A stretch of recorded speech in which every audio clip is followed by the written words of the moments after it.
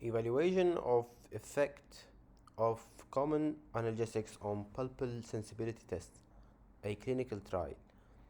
This clinical trial was conducted by Aydin Sorakgir and her colleagues. She is well known for her studies in analgesics, in allodynia, central sensitization, and she worked with the Hargreaves group in many studies. So, going through the rationale or the premise of this study, they want to study the effect of the masking of pulpal sensibility tests by analgesics. So, the pulpal sensibility test cannot perfectly reproduce patient's symptoms since the painful tooth is no longer symptomatic after clinical examination in these cases. One of the causes for this is taking analgesics before visiting the dentist.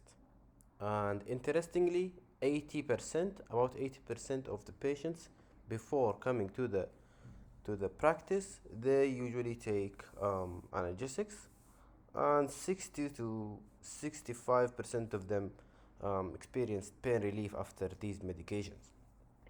So this is a prospective parallel design randomized sequential controlled trial. They had 41 participants divided into three groups. First group of 16 participants took endo ice and other 16 EPT, and 9 patients have taken placebo.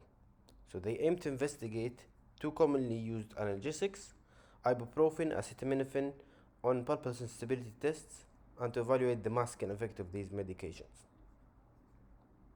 They used the VAS and visual analog scale of 100 millimeters, and they assessed pain in 20, 40, and 60 minutes after taking the medication in patients with symptomatic irreversible pulpitis.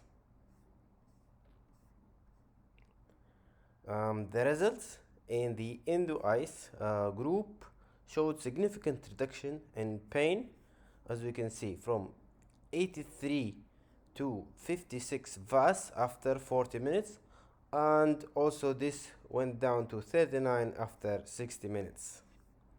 And also comparing the ibuprofen with the placebo, the same results were found, and also there was significant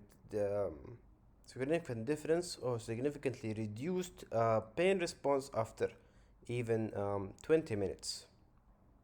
So the results show that both affected the cold test results in both teeth with healthy pulp and teeth with symptomatic irreversible pulpitis. So dental clinicians may prefer to postpone the definitive diagnosis and dismiss the patient with instructions to return to the office when the symptoms have returned. Interestingly, EPT had no significant effect on the results at any time point. So this arises the possibility of using EPT may be reliable more than cold test in these situations. VAS was used for its simplicity, adaptability, and it's sensitive to small amounts of changes in pain, and it's easy to be educated to the patient. The finding of the reduced effect may be due to the selective absorption of anti-inflammatory medication on the inflamed tissues, and also the side effect of suppression of pro-inflammatory mediators such as prostaglandins, and also the reduction of these mediators can be the reason behind the masking effect of NSAID on the cold test. The reason why EPT was not affected because EPT values do not directly reflect the histological inflammatory and disease status of the pulp, and in case of reduction or suppression of pro-inflammatory mediators of the pulp, no significant masking effect is expected from the EPT. Plasma peak level of acetaminophen is achieved 10 to 60 minutes after intake. However, the plasma half-life for ibuprofen is about 4 to 6 hours.